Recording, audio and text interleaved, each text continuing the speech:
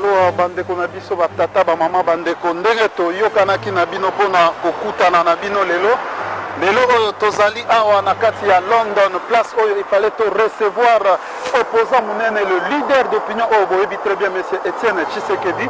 Yango toye awa lelo pona kokutana na ye diaspora mobimba ya kati ya Europe eza awa na kati ya Londres. Toza na délégation ya epai na epai bato ya Manchester bali, bato ya Birmingham bali, bato ya Paris, bato ya Bruxelles, bato ya France bali pona ko recevoir le leader charismatique oyo boyebi très bien monsieur Etienne Tshisekedi oyo tokoyamba na kati ya salle munene ya Spring Theological na kati ya collège awa na London pona komeka kolimbolela diaspora bayeba eloko nini aeli musala nini aye kosala lelo ezali journée munene oyo bino moko bokolanda bilili nango de près po boyeba eloko nini aye kosala et puis diaspora emeka kozala convaincu na mituna na bango nyonso bakotuna po ameka kolimbolela bango tina nini tozokende na élection lelo ezali bitumba monene na kati ya salle oyo toza kozela bato basi bauti bipai na bipai. Tango Ekoka, 14h juste, le président, le leader d'opinion, M. Etienne Tshisekedi, le président de l'Union, il y a UDPS, à Kozala Awanabiso. Alors, tous la presse, il y a Esikanyoso, Naroyamba, Ndekonanga, Soussou, il y a presse, M. Christophe, pendant la journée, allez parce que c'est une journée spéciale, dans Europe, pendant la diaspora. Alors, bonsoir, M. Christophe. Bonjour, monsieur. Ok. Ça va? Ah, ça va très bien. Ok, je pense que la journée de préparatif de ces grands jours de la réunion de l'Union sacrée de l'opposition radicale, ouais. Vous savez, le président a combattu depuis des années. Alors j'ai suivi son intervention en Afrique du Sud, j'ai suivi son intervention en Belgique. Aujourd'hui c'est le grand jour pour le peuple de Birmingham, pour le peuple de l'Angleterre, pour le peuple de l'Écosse. Alors nous voulons déjà savoir, il était Premier ministre, il est aujourd'hui candidat à la présidence, il est dans l'opposition ou il est dans la mouvance présidentielle, puisqu'il y a une certaine confusion, que peut-être il veut s'allier avec le président de la République ou bien il veut être dans l'opposition. Mais c'est à 14h juste que tout va commencer. On saura, avec toutes vos questions que vous avez, vous saurez la position de M. Etienne Tshisekedi, qui est le leader charismatique, le leader du peuple. Alors vous êtes là, vous allez poser toutes vos questions et il va vous répondre, M. Christophe. Merci beaucoup. Je pense que à 14h, comme il a été prévu, aujourd'hui ce sera un grand jour. Moi je peux appeler ça le jour de l'ouverture. Exactement. Parce que l'ouverture moi je peux même appeler ça, c'est le commencement de la candidature à la présidence. C'est le même, les élections peuvent déjà commencer aujourd'hui. Exactement, mais ce n'est pas de campagne, on va bien dire, ça c'est pas de campagne. Bon, écoute, on ne peut pas dire que c'est les campagnes, mais c'est une manière, c'était un saut de campagne. Exactement. Parce que nous avons toutes les tendances qui seront là. Nous avons les membres de l'opposition qui sont déjà sur place. Ils veulent savoir, pour savoir, est-ce que Tshisekedi, nous ne le savons pas, il a été élu Premier ministre dans la conférence nationale souveraine. Et jusque-là, le peuple congolais de l'Union sacrée, le peuple de l'opposition, il pense que M. Tshisekedi est Premier ministre. M. Tshisekedi sera à la présidence. Qui est-ce qu'il va associer dans son gouvernement pour former le gouvernement? Ce sera le gouvernement de l'Union nationale, ce sera le gouvernement avec la mouvance présidentielle ou ce sera le gouvernement qui sera composé par l'UDP seulement. Alors c'est à ce moment-là que le Premier ministre, entre les guillemets, va nous donner un peu d'explicité. Ça c'est très bien, Premier ministre entre guillemets et candidat à la présidence encore, ça il ne faut pas oublier, M. Christophe, que M. Etienne Tshisekedi est là, sa candidature est à la présidence de la République. Premier ministre entre guillemets à la présidence aujourd'hui, qu'est-ce que vous dites? Bon, écoute, le peuple congolais savent que le M. Tshisekedi est Premier ministre. Mais pour des temps, il n'a jamais opté pour la chaise présidentielle, vous savez. Ouais. Si nous commençons la date depuis 1990, M. Etienne Tshisekedi a toujours opté pour la formation du gouvernement. Les grands combats qu'il avait avec l'ancien premier chef de l'État, Monsieur Joseph Mobutu, le problème était que Tshisekedi voulait être le chef et formateur du gouvernement. Et monsieur le président de la République voulait que lui soit le chef du gouvernement et pas le formateur du gouvernement. Et maintenant que M. Tshisekedi, il opte pour la présidence de la République, on veut maintenant savoir, va-t-il être le chef du gouvernement et va-t-il être le fondateur du gouvernement? Alors ce sont des choses que nous devons avoir d'explicité, puisque la place qui avait une grande opposition avec le président partant, avec le défunt président Joseph Mobutu, c'était sur le rôle du gouvernement, du Premier ministre dans le pouvoir. Et maintenant que M. Tshisekedi veut être président de la République, alors nous ne savons pas, est-ce que va-t-il devenir président, fondateur du gouvernement, il sera président, formateur du gouvernement? Peut-être nous aurons des suicides aujourd'hui. Ça on le saura avant à 14 14h juste, chers téléspectateurs. Toutes vos questions que vous allez poser, monsieur Etienne Tshisekedi est là, il va vous répondre. Et on se revoit à bientôt dans quelques minutes. Merci beaucoup, monsieur Christophe. À tous, mon bien-aimé. Oh, merci beaucoup. Salut, président. Salut. Merci. Alors, toza sikoyo awa na président Okito oyo boyebi très bien. Touti ko yamba epoto bananu avina epo na journée à lelo. Mon président journée à lelo ozui yango ndenge nini et puis ndenge nini ozo analyser yango. En tout cas, d'abord, merci beaucoup. Je vous remercie. Zwinga pied de lever. D'abord, c'est une joie incroyable pour nous dans la communauté congolaise. Nous avons affaire à un patriarche, quelqu'un qui a l'histoire du pays. Oyo Balider, nous disons que c'est pour une fois dans l'histoire d'Ambo Canabiso, on a parlé de la démocratie. Ce vieux que nous allons voir aujourd'hui, il fait la fierté de la population congolaise et qui reconnaît aussi la dignité au peuple congolais face à l'amour. Alors je crois que le voir aujourd'hui dans Katinabiso à Londres, moi je suis très content. Alors c'est vraiment une fierté. En tout cas, merci beaucoup, monsieur Okito Tongo. Moto s'appelle Mingito Rolanda Tinakat. C'est toujours dans votre émission 6600 volts de ABTV et Laurent Chibangu. Aujourd'hui, nous sommes à Londres, capitale de l'Angleterre, pour recevoir monsieur Etienne Tshisekedi. Mais je vois un monsieur qui est là. Bonjour, monsieur François. Bonjour. Est-ce que vous pouvez vous présenter devant notre micro de 6600 volts? Merci beaucoup, papa journaliste. Moi, je m'appelle monsieur François. Je viens de Birmingham. Pourquoi je suis ici à Londres? Ouais, pourquoi vous êtes là? Parce qu'on vous voit là avec beaucoup de dossiers comme ça. On ne sait pas pourquoi vous êtes là. Merci. Je suis venu ici à Londres pour recevoir le message de M. Etienne Tshisekedi, le seul leader que les Congolais attendent, que les Congolais ont l'espoir aujourd'hui pour la future élection. Je suis pour les changements. Moi, je suis pour les changements. Je dois soutenir M. Etienne Tshisekedi. Je dois les soutenir pour le développement de mon pays. Le pays est dans le chaos actuellement.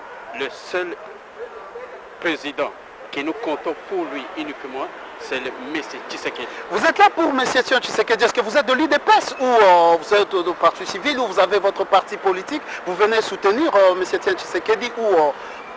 Merci beaucoup, monsieur. Je suis né de l'UDPS, je suis né de M. Tshisekedi. Je suis un citoyen, un monsieur congolais qui soutient les changements, vu que M. Tshisekedi, qui est pour les changements du Congo, voilà pourquoi je soutiens M. Tshisekedi. Mais c'est Papa François, on ne comprend pas très bien, vous avez dit que M. Tshisekedi est le candidat au changement. Mais quand nous voyons dans la politique congolaise, il y a beaucoup de candidats qui se présentent comme étant membres candidats à la présidence et qui disent aussi qu'ils sont aussi pour le changement. Comment vous pouvez nous convaincre que M. Tshisekedi est le seul candidat qui est pour le changement? Monsieur, je peux vous dire que ça fait longtemps que nous avons vécu avec M. Tshisekedi pour l'opposition. M. Tshisekedi a toujours cherché la démocratie, les changements par la voix du peuple. Tout ce monde qui sont au pouvoir, qui prétend que je vais le pouvoir, qui ne sait pas quel moyen il cherche le pouvoir. Mais la seule personne, le seul individu qui cherche le pouvoir par la voie de la démocratie et par la voie du peuple, c'est M. Tshisekedi. Voilà pourquoi je crois, M. Tshisekedi. Merci, M. François, mais il y a une chose qu'on doit souligner ici. M. Tshisekedi est dans la scène politique congolaise depuis quelques trentaines d'années. Trentaine d'années qu'il est là. M. Etienne Tshisekedi, il a un certain temps, il n'a pas voulu être candidat à la présidence de la République. C'est là le grand point qu'on se pose, que tous les peuples congolais se posent. Le Congo est dans les chaos depuis les années 1990. Aujourd'hui, il y a environ plus de 21 ans. M. Etienne Tshisekedi émerge aujourd'hui. Il veut devenir président de la République. Il a eu cette opportunité. Il a toujours refusé. Qu'est-ce que vous pensez? Quelle est la motivation qui est derrière lui? Vous savez qu'il est peut-être, il a des ambitions quelconques pour être aujourd'hui candidat à la République. Pourquoi ne pas hier et pourquoi aujourd'hui? Et pourquoi ne pas 2006, aujourd'hui à 2011? Merci beaucoup. Si M. Tshisekedi a toujours refusé d'aller aux élections passées, et vous savez les modalités des élections passées, et vous savez combien ces gens combien ils cherchaient le pouvoir, est-ce que par la voix du peuple? Non, je le doute fort. C'est le seul moyen. Cette fois-ci, les Congolais, ils ont compris que nous avons vécu beaucoup d'aventures avec des autres. Alors cette fois-ci, tous les Congolais, au niveau du pays, au niveau des diasporas, tout le monde a décidé que leur seule personne qui ne va pas aller avec nous dans les aventures, c'est M. Tshisekedi. Mais dans le gouvernement, les gens posent un problème qui est très sérieux. Et vous savez que toi et moi, qui venons de ces pays, nous connaissons bien cet handicap. Etienne Tshisekedi, au-delà de 80 ans, il y a un mandat qui va lui donner 5 ans.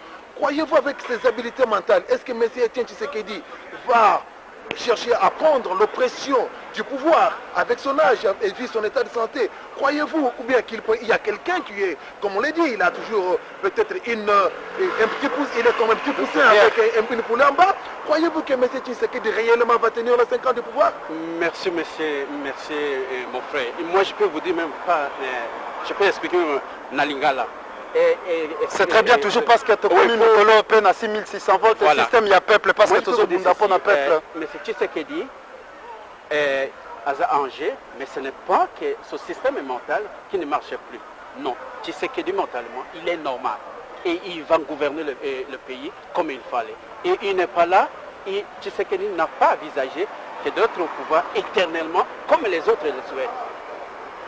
Merci beaucoup, monsieur François Ochoudi de Birmingham. Vous voyez, à toute tendance confondue, il n'est pas de l'IDPS. Azagaga simple congolais net yonanga. Ayeko soutenir monsieur Etienne Tshisekedi pour un changement. Alinga yoka message oyo.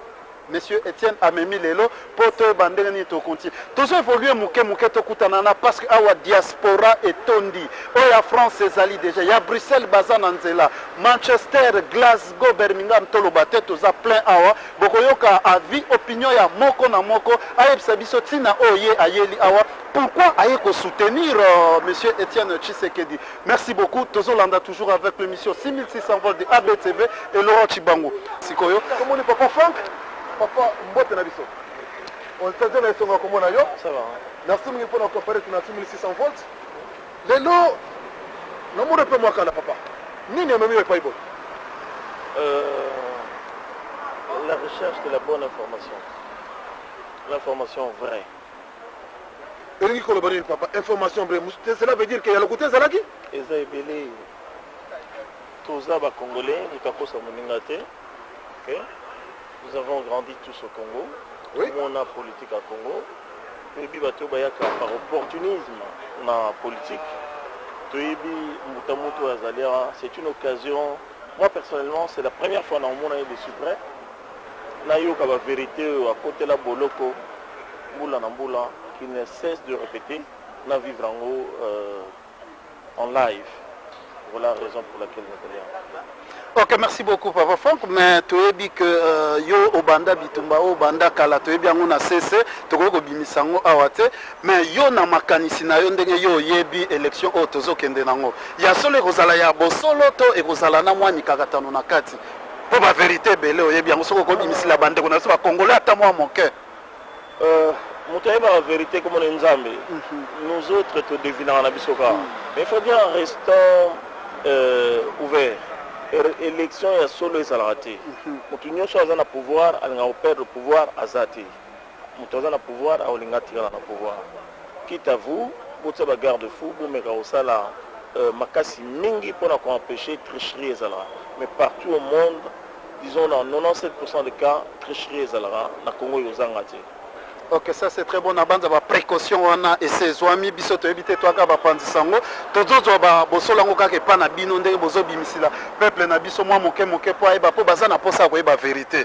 Ndengo yebi ke peuple azana vérité mon côté azana posa ko yeba po ayeba. Il faut baya na 6600 volts boye obimisila ka bango moi moke. Pour na journée ya lelo papa, osana motuna okoko tuna monsieur Etienne Tshisekedi et loko kozala nango ezotungisa yo o lingozo moi éclaircissement et pas na ye. Surtout avant. La question est tellement embellée. Moi personnellement, je le vois vainqueur. Je vois Tshisekedi président du Congo après les élections. Même Tricherie Ezali a gagné en haut. Le problème c'est quand Etienne Tshisekedi sera président, quel genre de gestion a gagné Manambo Cannabis. Question alors, la question on a papa. La réponse à moi après la conférence, au Yaroloba, on a une idée plus ou moins, il y a pensé naïe, on sera en mesure de répondre dans mon vas-y. Mais le grand problème, parce que vous avez une tendance politique, si je ne me trompe pas. Tendance politique, oui, puisque je suis un homme, j'existe. C'est vivre dans mon pays, en paix, dans un bonheur éternel. Le Congolais doit vivre en Mboka naye, na bisengo nyonso zanango, na kimia nyonso. Tendance dans les affaires. Je ne suis pas membre de parti politique. Oui. Tu ne vas pas paix, na bolingo na ngata mboka c'est tout. Mais tout n'est pas être membre de parti politique. Et les lots aux alliés pour soutenir le candidat Etienne Tshisekedi, qui est le Premier ministre élu de la Conférence nationale souveraine, et que tous les lots qui est candidat à la présidence de la République. Mais il y a toujours, il faut que tous un plan B, Nicolomani. À supposer que M. Etienne Tshisekedi ne passe pas à la présidence, à supposer que M. Etienne Tshisekedi ne passe pas aux élections, qu'est-ce que tu penses que l'État du Congo serait? Le Congo resterait Congo, hein. Nous avons Congo, et comme à Rwanda, et comme à France, le Congo est égal à Congo. Est-ce que vous avez l'alternative en dehors, si Tshisekedi ne passait pas à la présidence? Tu as une alternative à prendre. Non, mais c'est vrai, si je dis l'alternative, je connais Nakosi. C'est l'incertitude, personne ne sait, mais ça ne sera pas la paix immédiate. Non, pas du tout. Est-ce que pensez-vous que si Etienne Tshisekedi pouvait peut-être perdre les élections à la présidence, la situation du Congo, la situation politique devrait peut-être s'empirer par rapport à l'état que nous passons maintenant, ou vous pensez qu'il y aura peut-être une carte avec les expatriés? Quand je parle d'expatriés, vous savez, je parle de la grande puissance des États-Unis, de la France, de la Belgique, de l'Angleterre, c'est de l'Angleterre. Parce que vous savez très bien que l'Angleterre joue aujourd'hui un grand rôle sur la gestion de la République démocratique du Congo. Est-ce que vous pensez qu'il y a, parce que sa présence, pourquoi il n'est pas parti d'abord au Canada, il a été d'abord en Belgique, vous savez, il est descendu par la Belgique, il est en Angleterre, il est reparti en Belgique, il est revenu en Angleterre. Croyez-vous qu'il y a un peu une carte qui est en train de se jouer sous coulisses, ou vous pensez que pourquoi seulement ne pas dormir en Suisse, pourquoi ne pas dormir en Hollande, et pourquoi préfère-t-il dormir en Belgique? Le problème, la première question, si Tshisekedi perdait les élections, qu'est-ce que ça deviendra? Sincèrement, je ne vois pas Tshisekedi perdre les élections. Je ne vois pas Tshisekedi perdre les élections. Il y aura tricherie, c'est certain. Il y aura magouille, c'est normal, mais Tshisekedi ne perdra pas les élections. Moi, je suis un boxeur. Quand je m'apprête à aller boxer, je ne viens pas pour perdre, je viens pour gagner. I'm not going to say, oh, I'm going to lose the fight. No, I come to win. C'est ça le principe. Je viens avec mes boxeurs, on va gagner. La royauté de Baboyo va rebêter ailleurs, on s'entraîner une critique, on va gagner. Ok? Le principe, c'est ça. Si on a bitumba, royauté bon, tant on va rebêter en rail, si maintenant on s'en a été, gagner pour gagner. Tu sais qu'il dit à Koya pour gagner, bon, si maintenant l'opinion n'est pas calme, ma camp aussi. Nous ne pouvons pas faire un numéro de 6600 votes, et je crois que tu recoutes dans les sous-sous qui entretient la vie ici. Ok, merci beaucoup. Merci beaucoup, monsieur Franck Bozoga. Oya bomba mina makambo belé na kati na eto kokota ekobima muke muke avant 14h rebeta. Merci beaucoup, papa. Tozo poussana malé kaka bozo mona preuve à l'appui donc ezali ba diaspora bato bazo bundela Congo baza toujours na ba preuve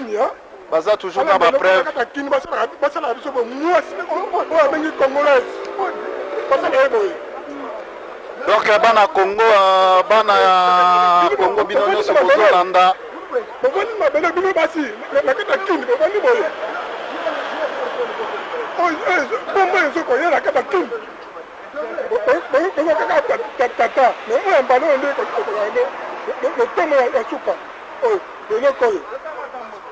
preuve à l'appui banakini, preuve à l'appui ba congolais, tozo poussa la muke wana eza ba idée nyonso ya ba diaspora ba bundela Congo. Donc balali pongite bango bazali awa tozo poussa mwa muke papa boni yo a tomoni yo awa déjà à temps boye.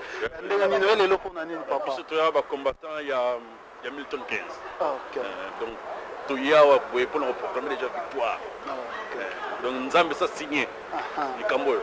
Bamata bakita victoire.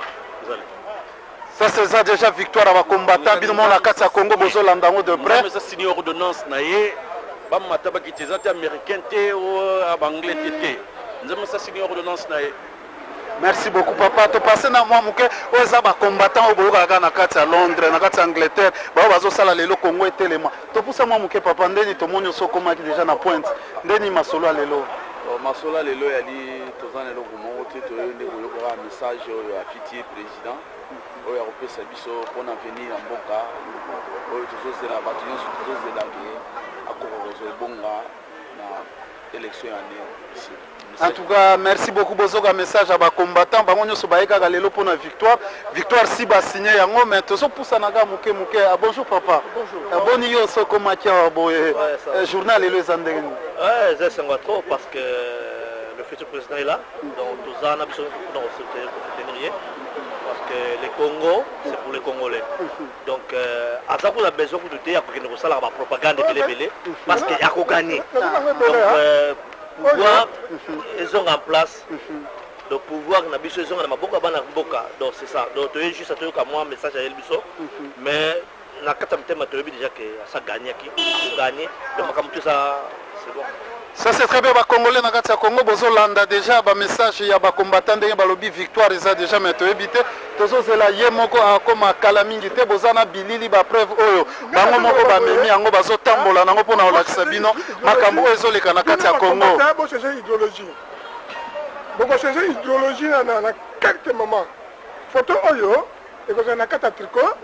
Photo oyo to ko tambola ngona ba mama na kata balabala. Tony Blair, la vie responsable de ma crime. Là, Joseph Kabila. Là, Azali, qu'on défend de Katawanda. Bilokoyo.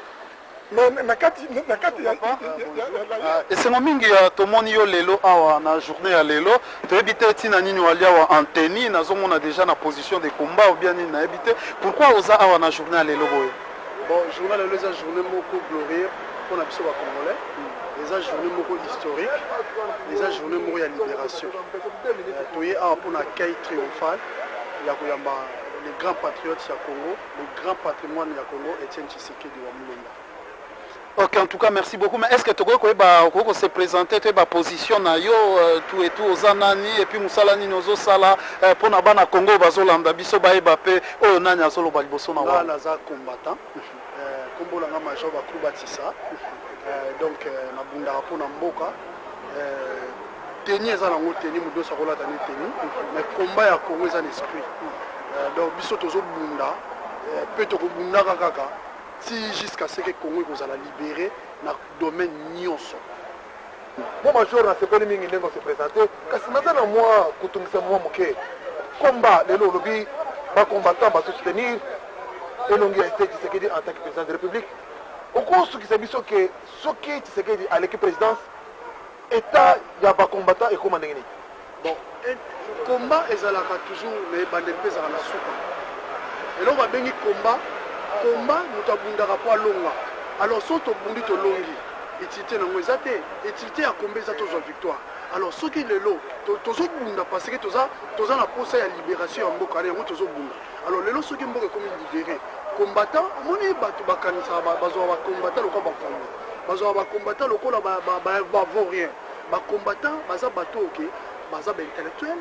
Baza ba chef de famille, baza bato bazo sunga lelo Congo la poza la Congo, ba combattant bazo bunda. Ezala makamsu so oyo bato mona ka ba combattant, loko bazo ba mais ezala makamsu to kotaka ba maison so ba bureau so to kotaka, pona okuta na même na bato oyo ba gouvernement oyo o bazo sala ki batinda minduki na Congo, pona ko combattre Congo ba congolais ko zo ba richesse na bango. Alors ba combattant to sala grand boulot de façon que mboka na lelo siko lama. Alors na za mutu teke na kotika l'éternel na mukina bunda jamais. Lelo nous c'est une bande des rappels na suka. Alors suka ya combat kozalaka que soki Congo comme libéré combat ici. Ah major soki combat ici. Toyo ki lelo ba combattant ba komi Europe mobimba na Angleterre kakate na France ba komi na Belgique bazali na États-Unis bazali. Alors ozo est-ce que ceux qui combat ici est-ce que ba oyo bazala ki ba ancien membre ya force armée congolaise est-ce que vous avez les canisiqués beaucoup zonga na mboka pour na défendre mboka sauf beaucoup tika le boy of course to lobaka to lapaka ndai to wa pona ekolo tozali bato toyaka na Congo te to lapaka ndai na Congo te po to ya kovana na Europe objectif la chose ezalaki ke pezali soki lelo mboka esikolani tozonga na mboka to sécuriser ba frontière na biso donc oyo ezaki na osala appel na commando militant nyonso oyo aza na extérieur ici y compris Canada, États-Unis, France, Belgique, Hollande, Finlande. On nous sommes des militaires. Bah que tant déjà c'est coquille.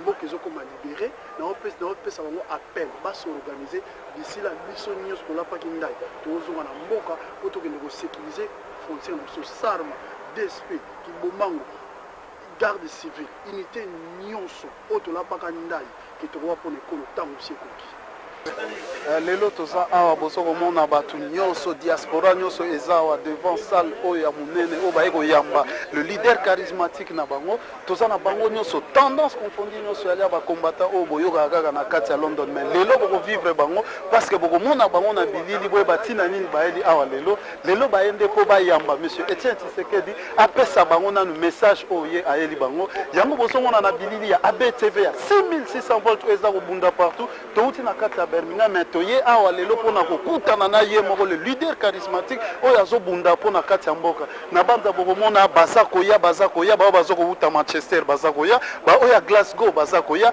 ya Bruxelles na ya Paris déjà bazokoma kala mingi te mpona bameka koyoka message nini oyo monsieur Etienne Tshisekedi amemeli bango tokotambola tokolakisa bino moko na moko akopesa baopinion na ye makanisi na ye oyo ye aza nango yango wana 6600 volts efandi te eye awa po emeka kopesa bino bana Congo oyo bozotala biso bomeka koyeba vérité boyeba pe tourner ya monsieur Etienne Tshisekedi ndenge esalami na kati ya Europe toza kolanda ye partout esika nyonso akozala tokobanda kozala na ye bonjour papa mais tomoni yo awa boye ndenge nini su journal lelo mpona nini oza awa bon te awa na Londres kambo oyebi eza makambo ya mboka lelo Etienne Tshisekedi asalama meeting awa na Londres ya Tottenham na kati ya sika ya mboka oza awa te eleka ndeni kwa toute ma question aux anango pour notre mboka donc ezaka mpona mboka est-ce que oza membre ya UDPS ou bien kaka mpona souci ya changement ya mboka ou bien mpona parti politique ou bien mpona nini non nga personnellement naza membre ya UDPS mais nali mutu oyo naza souci ya changement na mboka donc eloko tu oyo kemema changement na mboka tokoya pemene yango totala nini mambo etambola mais naza membre ya UDPS te na ye mpona yoka message netie na ye nango pour la communauté congolaise oyo eza na kati ya Birmingham mpe na Angleterre pardon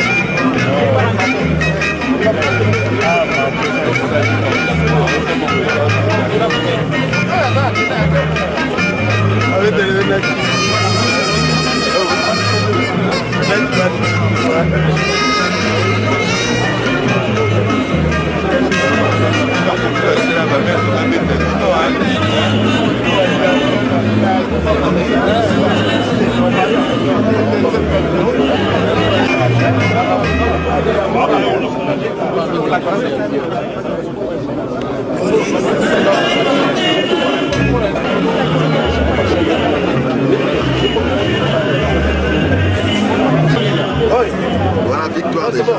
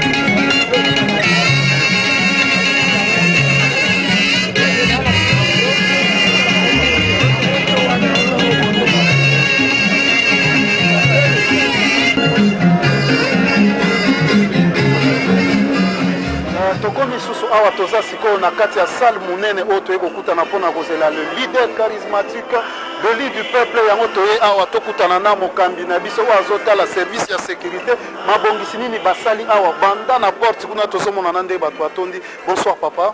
Bonsoir. Tolinga toyebana ndenge mabongisi obongisi mpo biso yali émission 6600 volts ya BTV Laurent Chibangu ya Birmingham. Tolinga toyeba mabongisi ndenge nini bobongisi mpona korecevoir le président national de l'UDPS. Ah, merci pour la question. Yo naza seulement mokambi ya sécurité. Nazo kambandi le groupe Otoka va combattant ya Londres. Sécurité ça kaka moko to bandaki yango depuis na King's Cross pour recevoir le président national.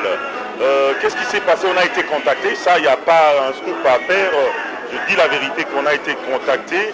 Que tout est bako sala moi ma paix au pré à président, il y a eu des baisses et que Sangwekenaki entre guillemets qui va combattant il y a Londres baza ba voyou ba betaka bato ba tumbaka ba voiture tunga ba konanga bembe na tumba na ta voiture mon côté na mona pa ta mokolo monte ba tumba voiture mais on beta ta mutu moko. Non, je suis un serviteur de Dieu mingo ba ebinga na pasteur d'Ève na beta na mutu moto ezaka moto moko nga na betaka mikolo nyonso.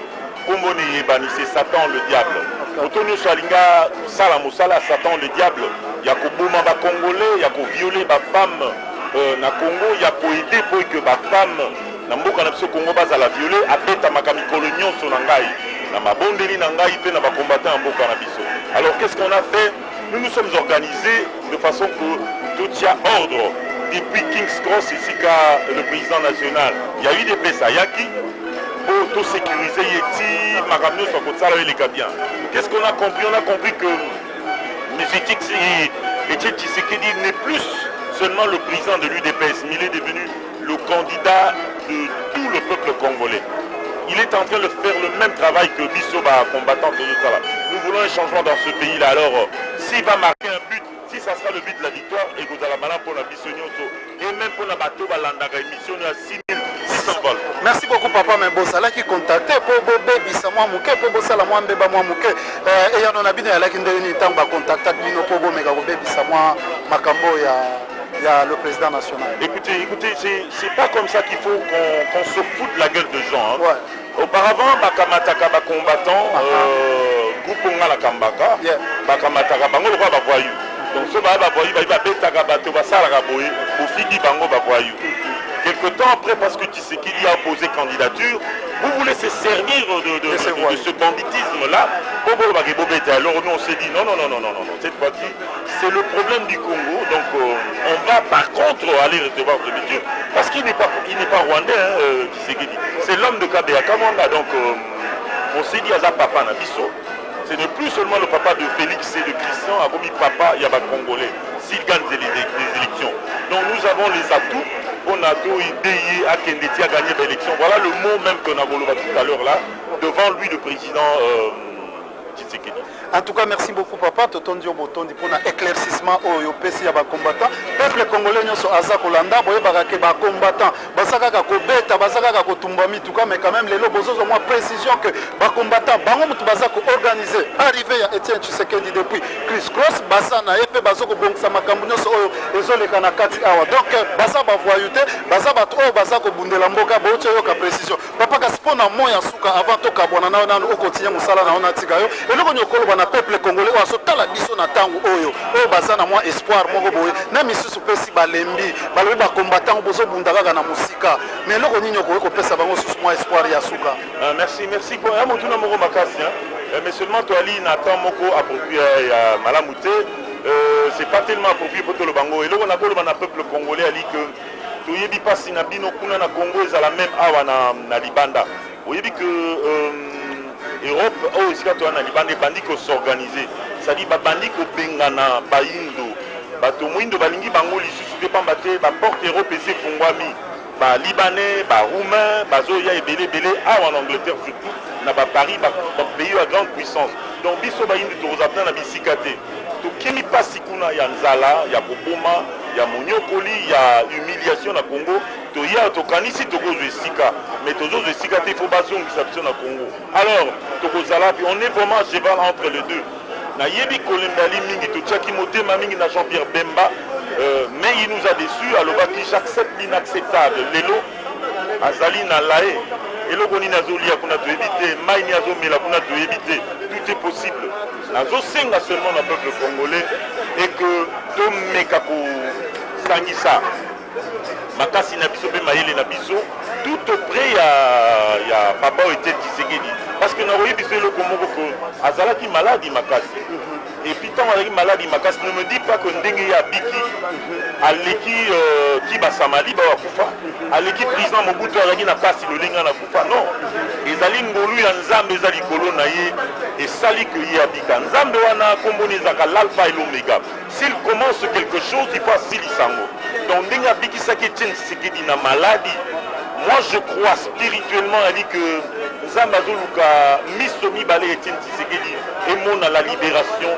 ya mboka na biso Congo alors mokolo wana kopesa Etienne Tshisekedi kombo ya tika Siméon ya Congo. Je vous remercie. Merci beaucoup papa tomonani temini maman na sepa mini kokuta bino atonga kito tuna bino mwa muke parce que za émission 6600 volts changement pour la République démocratique du Congo tozo bunda bitumba kaka ya mboka Congo yango na ngana tuna mwa motuna ndenge bozali a journal lelo eza pona bino ndenge nini et puis pona nini nan bozali pona sala organisation oyo journée ya lelo ndenge toyebi président na biso Etienne Tshisekedi oyo mboka mobimba ya Congo ezali kozela pour le moment a changé le Congo pas si yo kokota na kati ya moyemba bato oyo bayeba biso na souffrance ya koperdre basi eliki yango lelo biso mpe bakoye kotelema ke toza na mpasi ya biloko ezoleka na est koviole bana koviole bamama respect ya mwasi ezali toza bamama ya kotelema kabila fe na ye po akende biso tozali wana Tshisekedi akozwa pouvoir azongisa droit ya droit ya mwana droit ya eloko nyonso mpasi eleki na kongo papa oza awa na poto yo moko oyebi biso ndeko konfle bato baza na yo na kongo bana kosupporte na kongo kongo eza pays riche ekosupporte bato nyonso a partir ya richesse oyo eza na kongo mais ezokoka kosalima so eza éducation eza mpasi na mpasi tokosuka wapi na bapaya oyo baye kokanga biso na mowumba bana na biso baza kosilisa baklasse baza kotanga kolinga moto wana ata kolongo te yango biso bamama toza kotelema toza kosala checking ya bakota na kati na kosala oyo bato ya mitema mabe bainfiltre soki bazala anordre bayebaki bamama ya awa mpe baza ya kotelema kotya ordre na ndenge eseke papa bonsoir nasepeli su kokutana awa namoni badge ya sécurité est-ce que bobongisi ndenge nini mpona sécurité ya journée ya lelo koki kolimbolela biso vraiment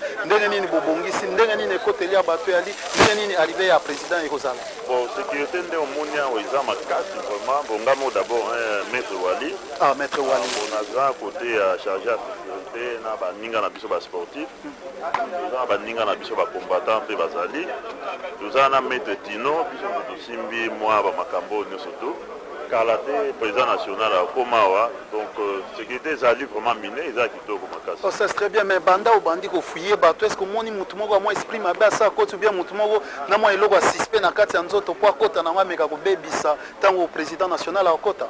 Mais pendant de fouiller un wa to moni eloko mo vraiment ya mabete na moni vraiment peuple congolais vraiment conscience na ye vraiment et comme ça li vraiment et comme ça na ndimi pété na kati kuna eloko mo ya mabe ko ça. Pour le monde tosangani biso nyonso na baninga na biso ba combattant bo biso nyonso tout ça ba combattant na batu nyonso ba pasteur ba nani toute tendance confondue bazali donc les gens vraiment bien en limité pour banda to bandi ko fouiller to moni eloko mabete oh boy non ilo ezate en tout cas ça malamu. Ça c'est très bien pour dire que organisation et ça très bien à Wanakati à Londres organisation entre ba combattants entre services de sécurité ya ba maître au boyo ba maître ba beta ga ba tunanzelate ba combattants ba beta ga ba tunanzelate mais il y a aussi l'organisation au baza ko organiser pour na ko recevoir le président national elo en tout cas na sepeli mingi maître au continuer musalano kitoko to ya sous ko trouver après meeting na biso en tout cas merci beaucoup.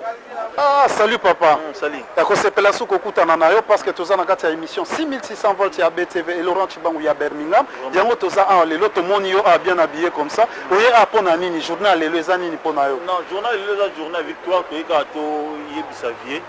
Ye papa na biso. Aza vraiment papa na biso. Soki na bi papa par rapport ya ba âge. Biso to koza ba koko na ye parce que tant abandaki masola politique biso na to botamite to ye ko kuta déjà zaki na kata politique donc to ye to annoncer to biselo romoko to yebi ke tour à liboso élection salamaki na Afrique ezaki un peu triqué mutu nyonso yebi yango visa le kamba bomba te Jean-Pierre Mbemba batu ba voter Jean-Pierre Mbemba ezaki ba master na ye na ba petit na ye mais pour na papa eza ba master na ye bana na ye ba koko na ye na bakoko ya bakoko na ye donc c'est-à-dire 4 générations donc match ça déjà où to si to gagner donc net yebeli papa so ba miko sala kaka moyen mukie ye azam ta deux fois te arozala directement sur le terrain après ça biso kata lokolo à gauche ya droite biso mo to bakisa kasi po ba msu bazolo ba ke non vie wana zana na ba idée na ya kala bino ba jeune na mikolo neti bana ba série 8 9 bozo ba ke bolingi ba président na bino asika moi ba jeunesse bani est-ce que idéologie ne ko pesa pe ba master na yo génération na yo ba master na ba biso nyo solelo to komi ba tolinga makambo nzambe trop bible lobby ba donc bato akalande bato batondi na sagesse na mboka esengaka fe tozala na bato ya kala poso to wana problème tokuta na bango or na mboka na biso na minute ya lelo to négliger bato ya kala or po mboka na biso ezwa lisusu mwa élan ezwa lisusu élan na posa o biso toza nango lelo ezosenga vie afongolela biso kaka nzela soki afongoli biso nzela j'espère ata 5 ans pamba oyo kotikala biso moko tokoyeba ndeni tokobunda nango. En tout cas, merci beaucoup. On a fait notre Lukayo Sunakati. Pour toujours continuer à la génération. Balanda Lokolo. Merci. Oh, salut papa. Ah, salut. Naiko kutayo susu awa na ebite tina nini oye awa journal lelo ozozo ngondenge nini otiki ndaku na mwasi na bana oye a pona nini papa. Vraiment journal lelo na sala presque week-end mais week-end aller na oreille ba message vie déjà yaki. Otoyo kaelo nini aye asolela biso quoi. Au candidat la biso to ezela rabanda ye mutaye yango mona présence na leo na kati ya salo yopo to yamba papa to yokaye elo ni na yeli biso ya nouveau yango to donc oboyi penza mbongo ya lelo ya weekend côté kota ka double oboyi yango otiki yango oye awa pona ko yamba monsieur Etienne Tshisekedi mbongo wana enyoka makaka po ekenda nango kina Western Union to luka masolo wana esila ya otindaka bambongo wana mboke bonga poso na kelelo lobe robima nango kenango Western Union ba chance comme belé donc possibilité zaka toyoka papa et bongo to beloni to ko sa annexe. Alors cortège à président Ezokoma Siko Bandeko Balandia émission 6600 volts arrivé à délégation et commis déjà arrivé à Tshisekedi et commis déjà Bosa Kolanda yango arrivé à délégation et commis Bosa Kolanda yango toujours branché avec ce 1600 votes, l'arrivée de président dans quelques 3 minutes. Bogoyamba et Sikoyo. Tous à la cortège dans 3 minutes. Comme la biso Sikoyo. Alors Christophe Olobinderenini, qu'est-ce que tu dis là pour l'arrivée du président dans quelques secondes tout de suite là? Écoute mon frère, c'est vraiment un jour très fantastique parce que les gens ont quitté du nord, du sud, de l'est et de l'ouest. Les gens ont garé depuis les voitures depuis à 12 heures. Donc les gens sont fatigués, ils ont envie, ils veulent voir le président, ils veulent voir le futur président, ils veulent voir le président, ils veulent voir le premier ministre, ils veulent voir les formateurs du gouvernement à venir. Donc les gens ne savent pas ce qui va se passer. Le peuple congolais est réuni, ils veulent savoir, ils veulent comprendre qu'est-ce qui va se faire dans quelques minutes. Alors nous allons attendre le cortège. À vous messieurs. Alors le cortège est là, Bandeko Balandia émission 6600 volts cortège, il y a président Ezako Koma Sikoyo, Bazako Zelangona, organisation Moko Malamu et Bandi na Balabala Mounene Kuna, Bazako ya Malembe Tomoni, délégation Liboso et c'est Kotaki. Alors Tozo Zela Sikoyo, dans quelques minutes, Bogomona Mukonzi Azako ya Obozako Zela, alors Topemina Mouamouke, ABTV toujours Nabilili, Ameka Kodwi Labiso, délégation Nyoso Yaba, combattant Obaye Pona Goyamba, président national, délégation ya diaspora Outi Nakati à Bruxelles, Outi Nakati à Paris. Tous la délégation pour le président national. Monsieur Christophe, il y a un peu de commentaires là parce que je vois que tout le diaspora, ils sont là et on voit bien les combattants, ils se sont bien organisés. Au contraire, Toyo Karake, Babeta Rabatou, Babundaga, tout et tout. Mais d'où vient cette organisation, monsieur Christophe? Mais écoutez, les gens ont une mauvaise image sur les combattants. Les gens ont une mauvaise peut-être image sur l'organisation de ces jours. Aujourd'hui, nous sommes déplacés de par-ci, de par-là et vous voyez maintenant que les combattants, c'est bien organisé. Ce qu'ils veulent savoir, ce qu'ils veulent comprendre, c'est le message que le futur président a pour le peuple. Ceux qui sont en train de combattre, ils combattent pour la libération du pays, ils combattent pour la délivrance du Congo. Et ces gens se sont organisés, ils veulent voir les changements au Congo. Ils se sont organisés et voici, ils sont là. Personnellement, je n'ai pas vu de trouble, à moins que ceux qui ont des évidences pour nous donner mes serons. Oh, ça c'est très bien. Alors, Tomoni Kimia Ezali, organisation Ezama Kasina Katia, Angleterre, Ndege Boye Baka, grande puissance et Fandi Awa, Moussa Lezago Salama Kitoko, organisation Ezali très bien. Tobana Kito Kansaki Bitumba Kozala Awa, Tobanda Kozala Namwa sécurité Mouke, mais te sentir que Kimia Ezali, Makambunyo Seso le Kanakatia Kimia, organisation Ezali très bien. Et Simba Mina Bangomoko, service de sécurité, Tozomona Ba maître Yamotin de Nyosobali Awa, Tozomona Ba Jidoka. Nyoso bazali awa tozomona pe ba combattant nyoso bali awa babeta kaka batute mais ba organiser pe. Alors tozozela muke dans 3 minutes sikoyo tokomona cortège ya président Ezako Kota o batu bazako zela organisation kitoko na kati ya Angleterre. Alors monsieur Christophe, dans quelques minutes le président va être là. Toujours avec émission à 6600 volts tozako yamba mukonzi auti kokoma sikoyo cortège délégation liboso ese komaki bandeko balandi ABTV azako zilabino ekiteli ya ba mama na secrétariat nyonso toza kozela bana Congo bozala na kimia toza kozela arrivé à Mokonzi ekomi kimia ezali organisation ezali kitoko. Alors monsieur Christophe, qu'est-ce que vous dites encore parce qu'on voit déjà il y a l'arrivée de cortège présidentiel et ils sont déjà là. Qu'est-ce que vous dites monsieur Christophe? Enfin, c'est la deuxième voiture du conseil présidentiel, c'est ce qui donne les gens nous indiquent que monsieur le futur président de la République s'approche déjà. Je viens de parler directement avec la police de la Grande-Bretagne qui viennent confirmer aussi qu'ils vont encore serrer la ceinture de la sécurité, et ce qui fait qu'il n'y aura pas suffisamment de désordre. La Grande-Bretagne a mis sur ses positions. Vous avez la voiture de la police à côté. Je viens de parler avec l'officier de la police ici. Donc ce qui fait faire que la sécurité n'est pas seulement organisée par le peuple congolais, la Grande-Bretagne y est compris. Donc nous attendons dans quelques minutes la présence du futur président. Merci beaucoup Bandeko Balandia, émission 6600 volts ABTV Bozako Landa Malamu Bilili.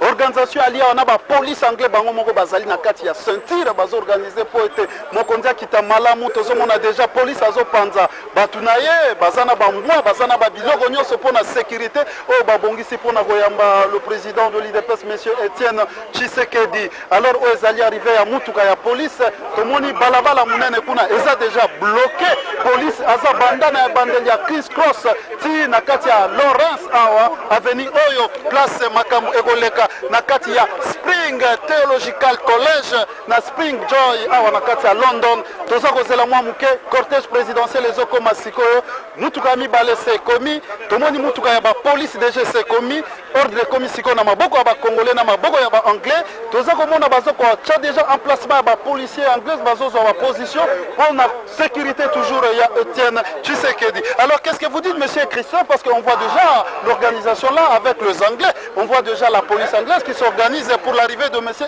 Tshisekedi. Est-ce que c'est toujours le Congolais ou avec les Anglais aussi? Non, écoutez, la sécurité d'abord du peuple congolais est d'abord organisée par le peuple congolais et même. Et ensuite de cela, nous avons maintenant ce qu'on appelle les renforts par la police britannique. Comme je viens de le dire, je vais parler avec l'officier de la police ici. Il m'a dit que leur problème c'est d'être sûr qu'il n'y a pas le désordre. Leur problème c'est d'être sûr que le peuple congolais veut écouter la personne qu'il croit qu'il devait venir président de la République. Et je pense que leur renforcement et leur présence est d'une très grande importance pour la sécurité du futur président de la République. Merci beaucoup, M. Christophe Botala Sikoyo. Cortège présidentiel est commis à place déjà. Toza Kolanda, cortège présidentiel les Okota Sikoyo. Délégation, il y a deuxième voiture et Koti. Délégation en voiture, il y a président Ezakoya. Ndenge Boza Kolanda, on a Bili TV. Président Zakokoma Sikoyo. Premier cortège et Koti. Premier cortège, Zana Katia. Mercedes Oya Silva Obozogomona. Tozo Mona déjà na Kati. Tozo Mona déjà Mukondi. Toza Komona déjà. Bakondi Bazana Kati. Arrivé à président Ezali na première, deuxième voiture. Ozala Kinde Mercedes Oyala qui na cortège et à première voiture. Toza Kolandana. Esika Oyo Ye Moko Azali. Tozali na Pembeni Sikoyo. Ezali arrivé à président national. Ezali arrivé à président national. Alors Tosenik Binone Sobana Congo. Bosa Kolanda Sikoyo. Arrivé à président et commis. Alors ordre Ezali bien organisé. Organisation Ezali Kitoko Mingi. Tozomona président Aligny Akita. Parce que Nyoso Bazako Kambasi Bakoti Nakati. Toujours avec ABTV à cause du Labiso. Kokita ya président national. Lelo Ezali likamu simunene na kati ya Angleterre. Lelo likamu simunene na kati ya London. Tozako yamba oyo peuple congolais azali kozela. Ezali bongo monsieur Etienne Tshisekedi wa Mulumba. Oyo tozako landa sikoyo. Bokomona liboso na bino avec ABTV. Ozakomona oyo tobandaki kozela. Oyo tobandaki kozela. C'était bien monsieur Etienne Tshisekedi wa Mulumba. Tozako yoka ba honneur.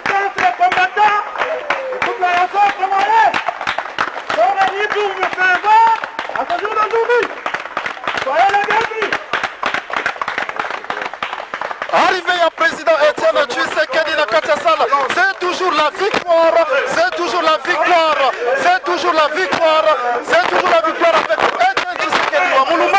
Oyo batu bachaki makelele mingi, tomoni ekoteli na ye, tomoni azako kota sikoyo pona kobanda mitinga ezokota. Alors tosenyi mingi tokota na kati pona kolanda musala ya 6600 volts.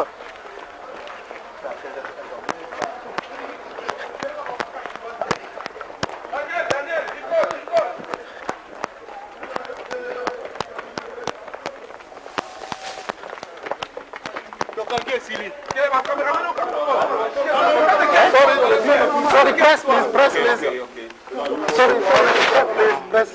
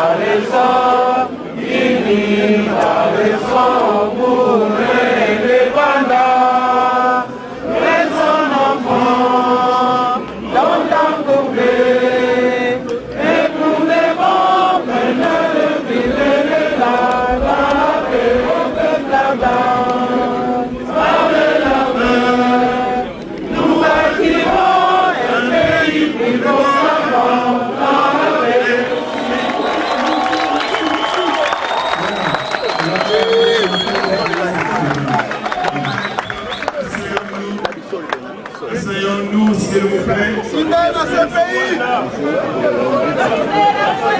Serrez-nous, s'il vous plaît.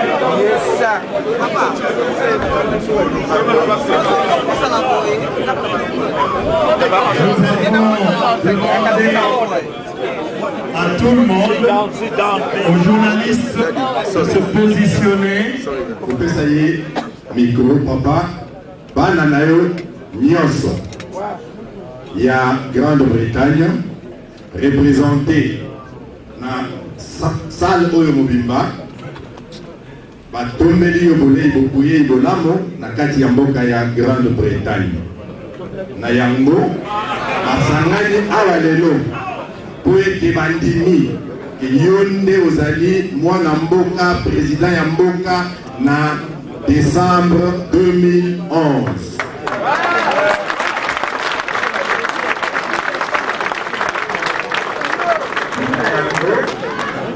Tozali koyamba yo na maboko mibale.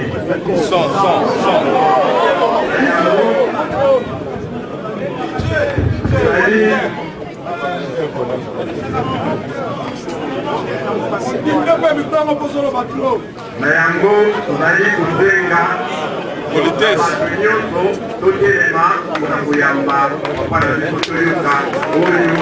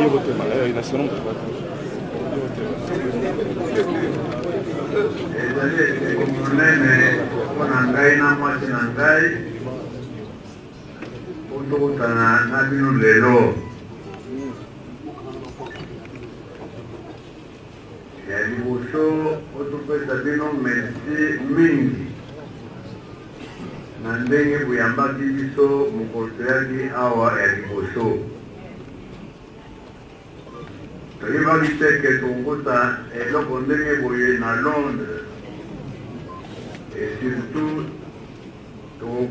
tel engagement politique na bandeko ya Congo oyo bazalaka na Grande-Bretagne longonya na Grand Messi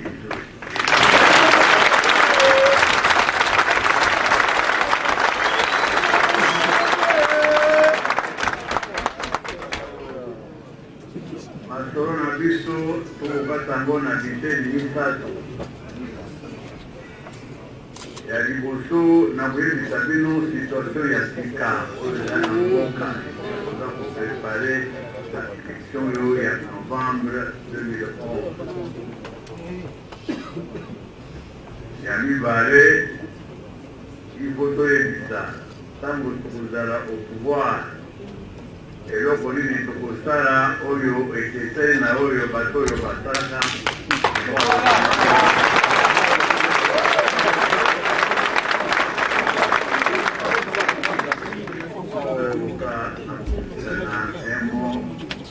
mpona bandimi nyonso bandeko ya Congo baza kobenga diaspora na mokili mobipa bakongole diaspora ya Congo eza mokili mobipa na kopesa bino mo adresse mpona bino mpona baoyo bino kozali awa te me na baoyo nyonso bazali awa te baza na Congo baza na mokili mobipa situation oyo toza nango na mboka sikoyo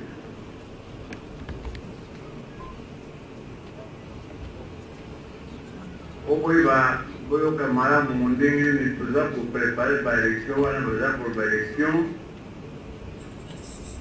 boyeba liboso ke depuis indépendance mboka na biso esali recensement ya bato te kaka na monoko lelo toza 60 millions dobi 75.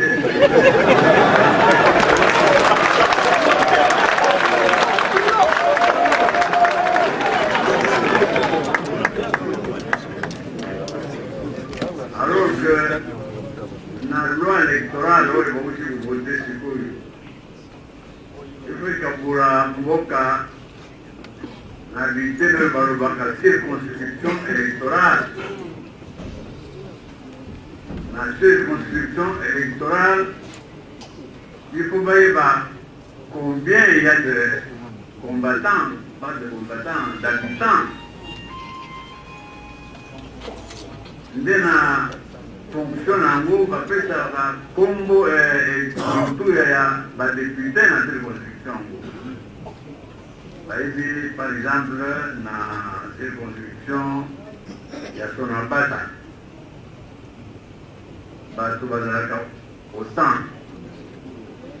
Baoyo bavote baza au temps. Nombre de sièges à députés baza pour reconnaître la circonscription est déjà au temps. Mais les gens sont là et vous savez, mais sans le temps. Ça fait que il faut tout le monde réunion pour voir la possibilité en haut.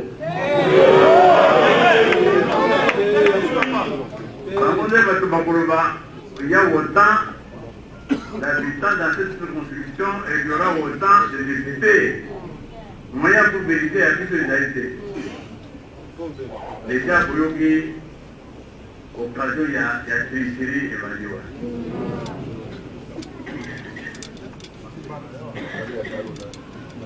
Il y a mis parler. Constitution. Et d'ailleurs, avant l'élection présidentielle, non législative, il faut les bourgeois pour une élection locale. La commune, dans le secteur, la bande d'Awana, depuis 2006, sur le budget de personne n'a pas eu élection locale na Congo.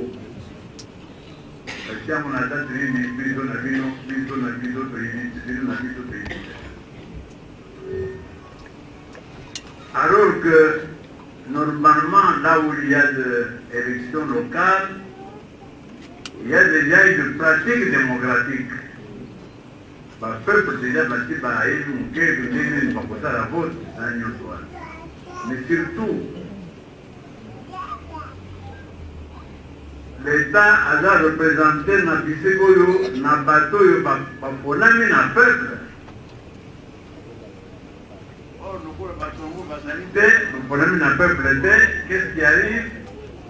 Bato ya pouvoir nde bato baza pour nommer bango esika wana. Babourgmestre, chef de l'État, au lieu d'être élu par le peuple, bazali nommé par le pouvoir. Binomo boyoki que la carte de campagne pour l'élection, ces gens-là, au lieu de agents de l'État, battre les morceaux, intérêt à peuple, intérêt à Mboka, bazar pour intérêt à parti, à Bazoyo, Bakamati Bango au pouvoir. Donc, moi, les autres, il y a tricherie, bango de bato mikolo nyonso baza kosala pression et intimidation na bakombata na biso Congo mobimba okobangisa bango basala baréunion esika boye non kosala réunion te koza autorisation te. Voilà, ça fait que l'opposition existe na monoko mais pas sur le terrain mpona bato wana batondi Congo mobimba baya Yamisal, commission électorale d'un français pour le moment. Commission électorale indépendante. Oh, il y a ça pour ça, le Magambo, il y a une organisation d'élection au Congo. Il y a une indépendante. Oh, le président de Bango, Nayango, Ngo Imurunda. non seulement azali proche parent ya Kabila père parce que wana nde ekolo na ye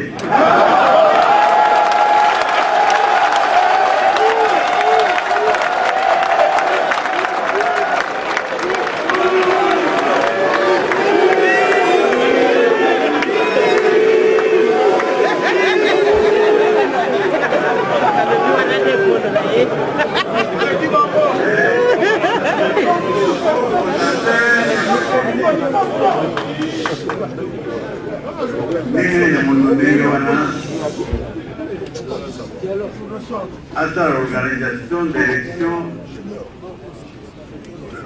indépendantes et surtout transparentes, libres et démocratiques. Occasion à mise à pied.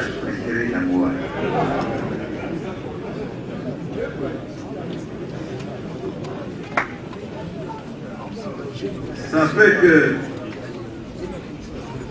agent oyo normalement atika ba oyo bazaka na commission baza kobenga na commission CI, commission indépendante parce que si vous êtes na CI, commission nationale oyo wana ya Munda mais ya liboso ya normalement eza CI baoyo wani wana batisere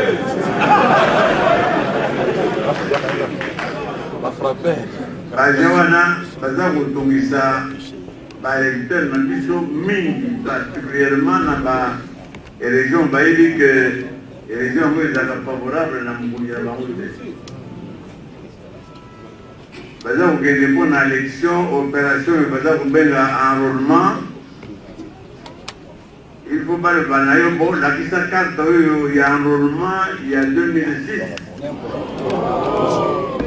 pendant que bayebi ke bakombata mingi bavotaki na biloko te ou bien baza kosenga bango mbongo so baza koloba bango kende epai yo olingi kende kolonga esika ya kosala enrôlement awa na biso te de sorte que baélecteur oyo bakovote opposition baza découragé toyebi te soki bakozala combien mokolo ya vote toloba te makambo oyo ya kita oyo baza kosala nango appareil oyo baza kosala nango enrôlement mingi eza ya kokufa balobi na biso bakobongisa yango toza kozela biso oyo tomona esika babongisa yango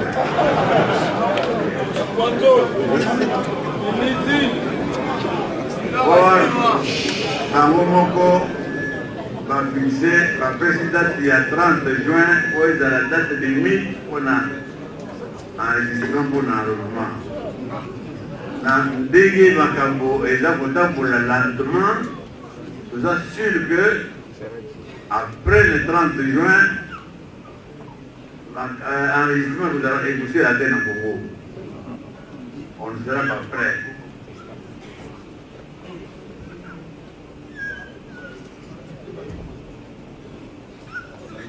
Occasion mosusu ya treseri yango oyo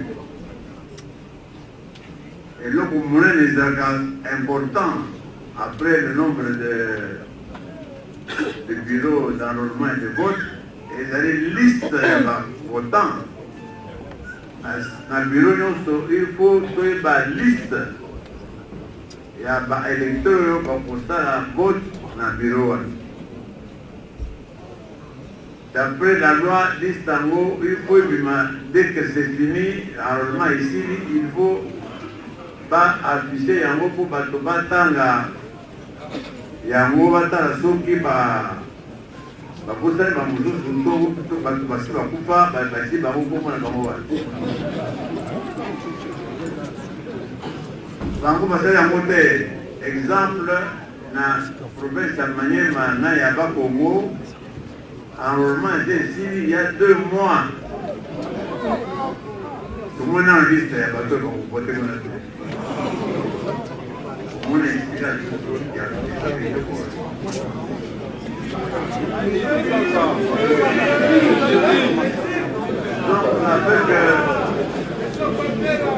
Ça fait que nous avons élection, nous avons parlé de Congo, nous avons sur le stage de nous avons donné et par conséquent, il y a beaucoup de choses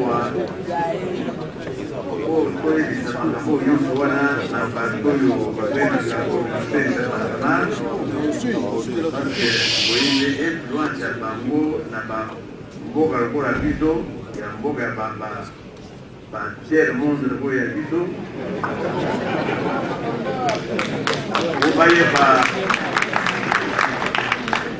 baye ba basala ndenge boki ba pression sur le soi-disant gouvernement côté bato wana bateka makambo ya tricherie po tosala élection na ndenge tosalaki na 2006 te na ndenge basalaka ngo na bapays civilisé na pays démocratique yango bomoni ngai awa nauti na Belgique kokotana mingi na badirigeant ya union européenne omoni nakomaki awa kokolo nayaki awa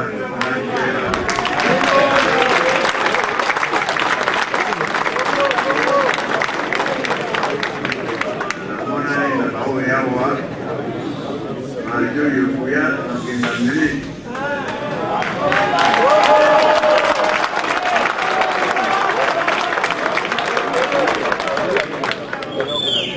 Votre débat est plutôt pour la première fois élection dans une atmosphère apaisée.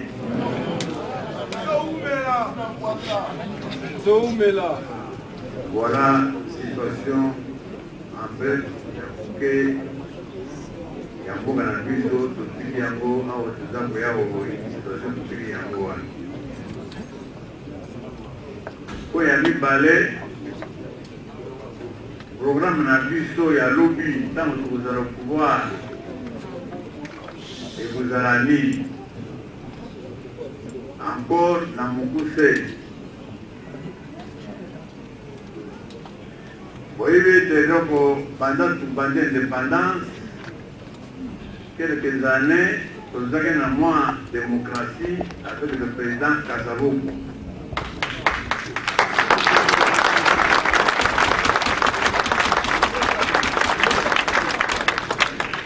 mais ndenge boyebi na 1965 pardon Mobutu a du pouvoir militairement. Pendant que indépendance théorique, mais humanité directement à côté de la dictature qui est une des plus méchantes de l'Afrique.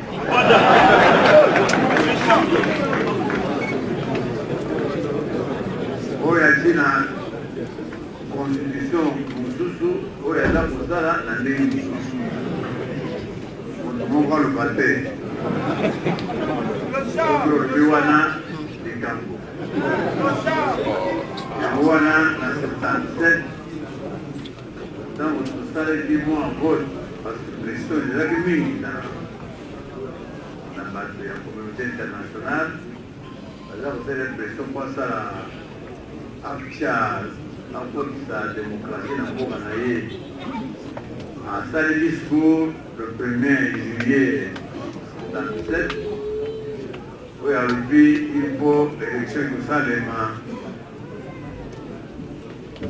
tout à fait démocratiquement mbala oyo eza ya kosakana te démocratie ekoti na Congo wana nzambo na monoko wana ezalaki déjà na constitution constitution à Mobutu ezalaki toutes les libertés étaient là-dedans seulement il ne fallait pas que dans la pratique bozala yango nde esika baponi biso na élection yango ya 77 ntango tokomi na parlement tolobi boye tolobi boye oyo azala na biso mingi constitution na ye eza kopesa démocratie, mais ye avec sa dictature apekisi démocratie. Pourquoi le peuple a outi okona biso il faut tolakisa quand même que toza bato bongo tokolobani ne na bakoko na biso ntango tokobalaka oyo moto yango asalisi biso boye moto moko asalisa biso mikolo nyonso kaka ndenge wana toyokaki quelque 13 parlementaire zwaka courage ya kopratiquer la démocratie, interpeller un ministre, interpeller, bien sûr, tant vous avez interpellé le ministre, il n'y a pas de vous avez interpellé le ministre. Parce que le ministre va pouvoir à mon côté.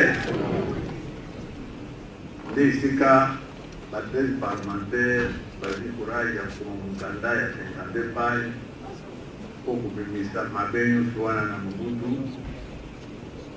Banango bastari parti na bango ya UDPS balata bango UDPS abandi etumba na ye kokota na balesai ya torture ya emprisonnement ya négation te toloba kaka bitu monene ya UDPS ezalaki nini à la place de la jungle oyo tozalaka totia état de droit.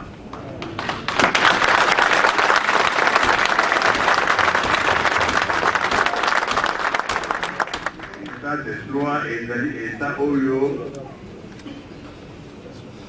mibeko ya mboka moto nyonso ekwa tosa yango ezala teke bamosusu mpo azali chef de l'état to azali grand maréchal yazala likolo ya mibeko ya mboka jongle wana banda ntango ngo ti sikoyo tozala na bajongle bino moko boyebi. C'est la loi du plus fort, comme vous le connaissez. On a déjà dans la société minine, où il y a déjà investi, je pas un piso, parce qu'il va faire une autorisation, parce qu'il va dire Moussa Bango, bagager bateau, quelques jours après, parce que celui qui est au pouvoir à la limite, à la liste qui m'avait, sur l'autre autre à m'avait, à ton orbité. C'était wana ici yo kokende na yango na pesi. Voilà ce que combat UDPS. C'est une société état de droit. Ici quand il y a une vraie justice. Ici quand nous avons une lutte permanente contre la corruption. Et donc le peuple du Moka, il y a mis au moins les rois en corruption.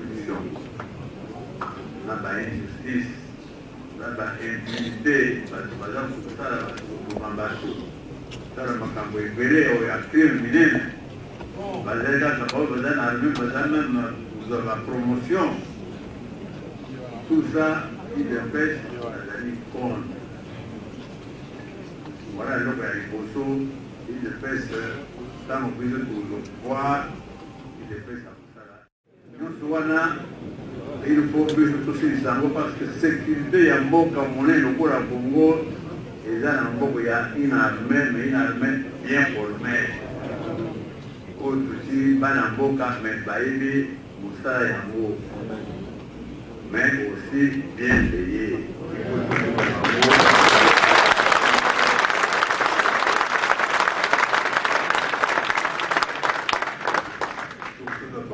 Salaire décent pour permettre à Bango, Paris la famille de Bango, mandat de premier jusqu'au 30 du mois.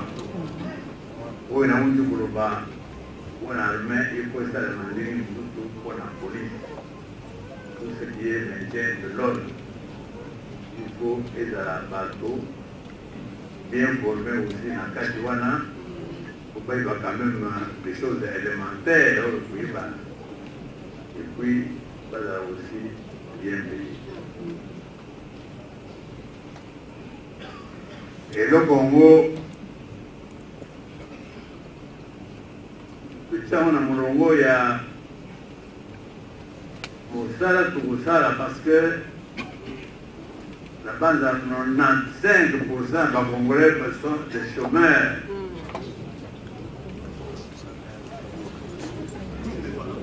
La politique il y a eu des fesses, vous allez ni tout ça, ni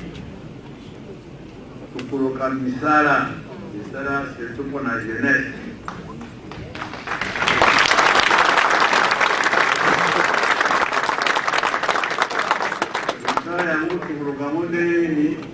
Ndenge touti kokubongisa climat oyo des affaires ndenge babengaka en instaurant un état de droit okomona basociété minene ekoya kopesa investissement na bango na mboka na biso. Investissement wana nde kompagnie basociété ekamati bato na mosala ça diminue le chômage.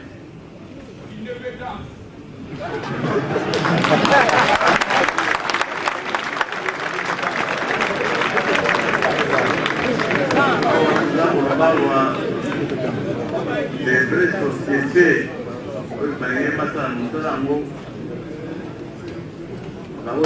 déjà parce qu'il n'y a pas de justice. Des affaires très mauvais, ou bien par exemple parce que ça n'a pas marqué le cours de Balibanais. Voilà, par exemple, il y a une corruption, il faut renforcer cette corruption pour l'État.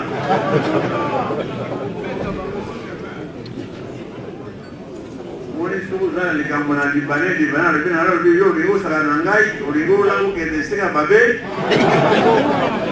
origo la desega mabe desega mabe wana parce que Allah associé en général moko na correct moko ko bataka les mafia ya mo rebe so sera naye ora desega mabe parce que correct wana awada la intervention awada desega mabe wana mo kana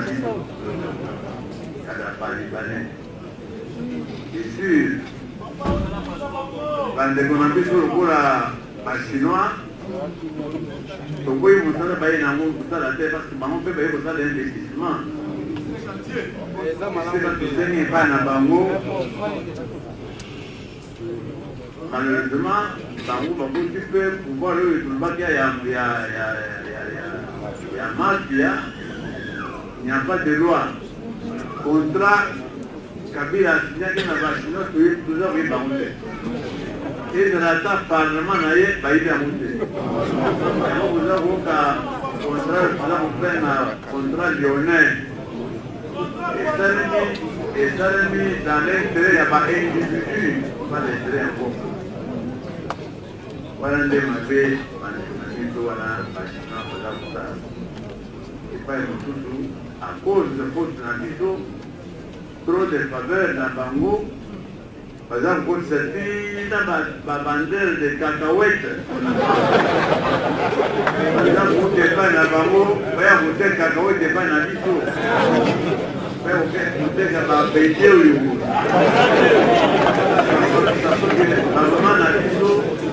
les seuls qui paraissent dans le monde catégorie, comment ils sont chômeurs à cause de la décoration.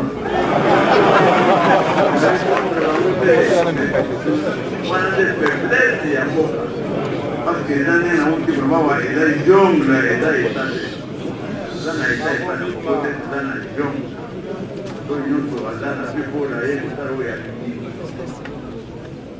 c'est ça que nous sommes beaucoup, mais nous sommes pour que, il y a un bon pas investir, pas de la pour la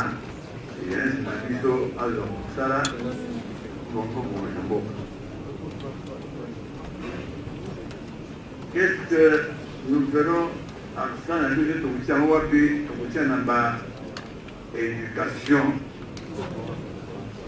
Problème de l'éducation.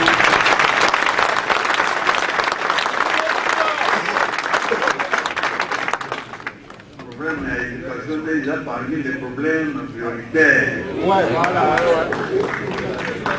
Non seulement valoriser l'enseignement, mais construire beaucoup d'écoles. L'école est presque brutale, quand on a flamand bâti qui a dit ça. Il n'y a rien qui est fait malgré de beaux discours. Deuxième domaine, domaine de la santé.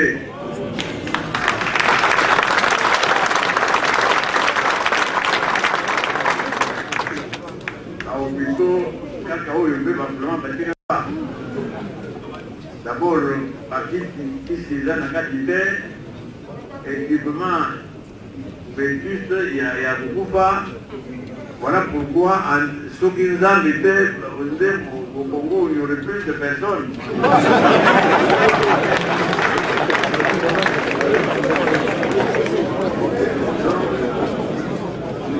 Nous nous occuperons beaucoup de la problème de la santé.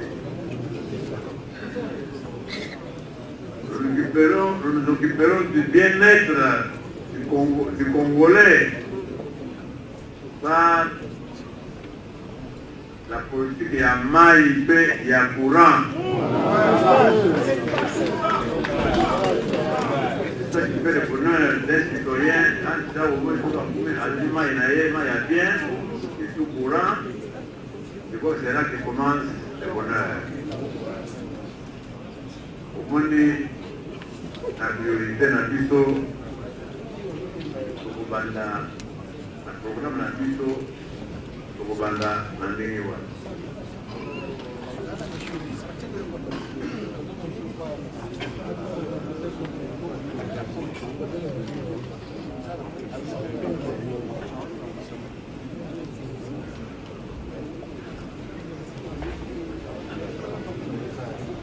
Ça c'est du côté de programme où nous allons pouvoir nous pousser et donc venir tout ça là.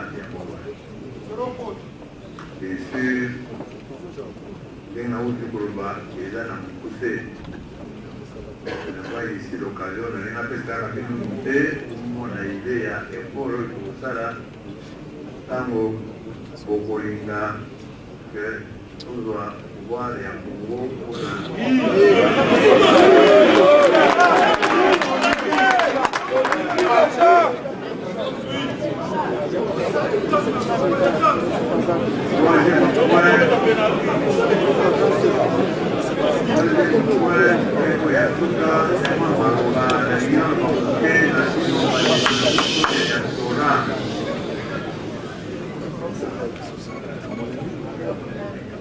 il y a des motos et des amis tout à fait anormal. Le nombre de la Panamboka avec tous les droits des citoyens. Phénomène local à l'élection, ils ont tout ça, les Manamboka Nadino, pas participer, Nadino peut participer à l'élection Yango.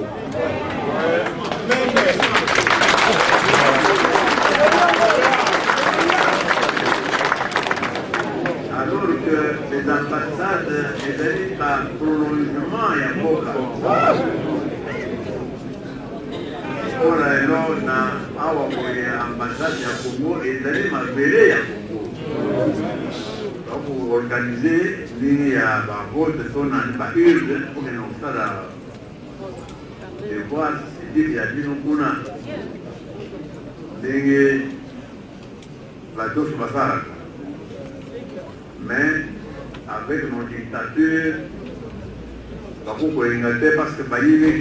normalement la diaspora bazali ba ennemi ya régime yango pona mambe basala na mboka.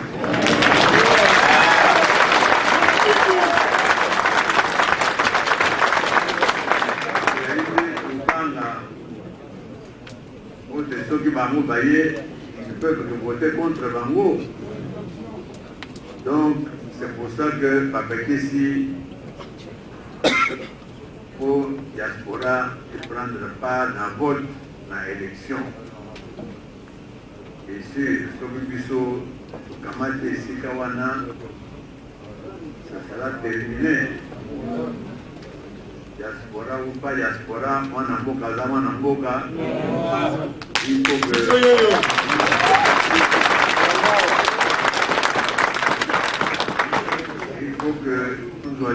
conditions nyonso vote pour participer au vote.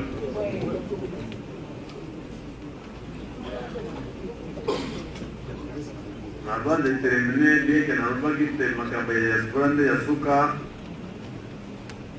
il faut lancer un cri d'alarme. Voilà, pour des nabino, na bande konambiso yo iseka bofandi, osa la pression yo se koki pour des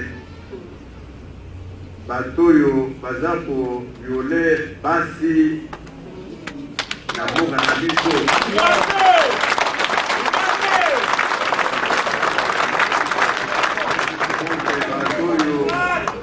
Batoyo baza koboma bato tokosana te makambo ya lisebe ya na kungulu.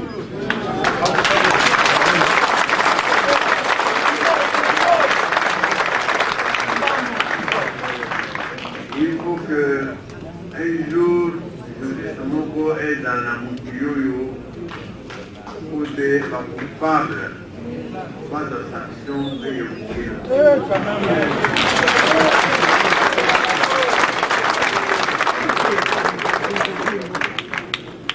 voilà, on va dans la Binango pour Toralelo, à la disposition à Nino pour la réponse à la question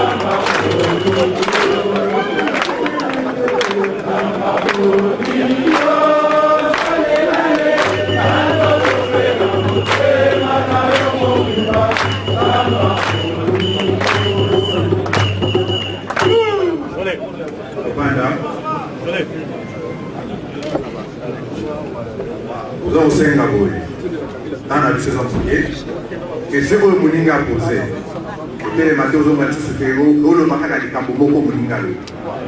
Donc il n'y a pas question, la Nengue, Oyo et Kofi. Il y a un autre Singapour qui est Mbambu. Il faut que la Konya, quand tu as la Bakuloa, la Bakuloa, quand tu as une question, tu as la tête de la place Moko, pour lui pétambola, tous un problème. Micro, il y a des choses. Mais le micro. Avant de mandat, tu peux ces paroles à Pasteur Dev.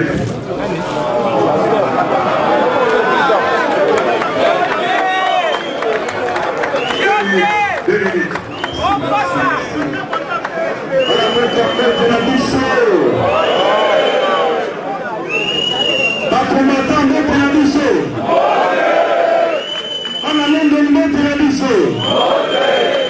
Aujourd'hui, ce temps l'unité, n'a pas seulement na libola na biso, et eza na baloki, boyebi baloki moko, balotaki ndoto ya mabe et que biso tobebisama solo ya lelo. Kasi tato ya vandi awa lelo, abunda banda kala. C'est un grand combattant. Yango biso topesa ye mbote, et toyebise liloba moko. Soki boko limbisa ngai, moi, il est bon pour dire ça qui n'a le bénéango, n'a moi le poteau. Monsieur le Président, Mesdames, Mesdemoiselles et Messieurs, camarades et amis et chers compatriotes, la résistante congolaise a le plaisir aujourd'hui de vous recevoir en ce sol de Morel, où le vent de la libération du Congo a commencé. Cette résistance, appeler les combattants, les fameux combattants de l'ombre, s'est réuni sous ma houlette de vous ouvrir les portes de cette ville afin de vaquer librement et sans inquiétude.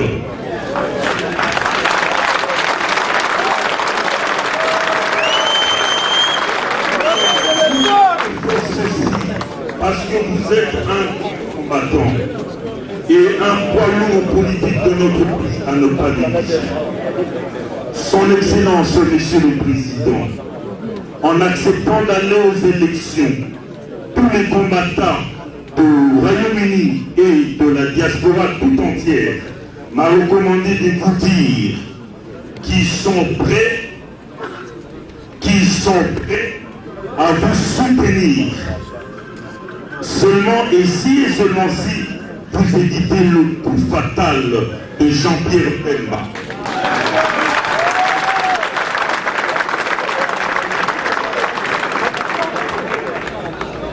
Jean-Pierre Bemba qui a accepté l'inacceptable devant les 60 millions de Congolais. Monsieur le Président, savez-vous pourquoi vous êtes toujours en vie malgré la maladie qui vous a dérangé tantôt? C'est parce que Dieu a voulu. Vous voyez avec vos deux yeux.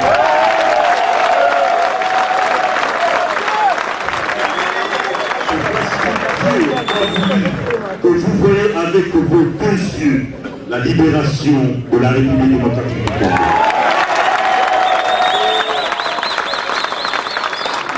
Ce Dieu que je sais s'appelle l'alpha et l'oméga. Quand il commence quelque chose, il va la terminer. Voilà pourquoi, Monsieur le Président, le jour où vous allez prêter serment, je viendrai personnellement au nom de cette résistance vous donner un surnom qui circule déjà. Je vais vous surnommer Toutou Siméon.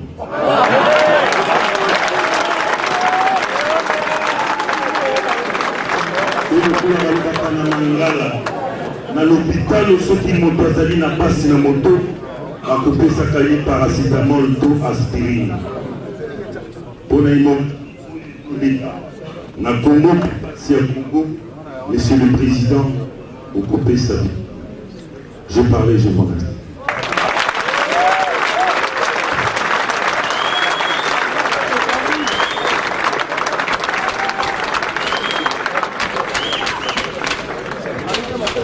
C'est dans vos amis qui ont des questions.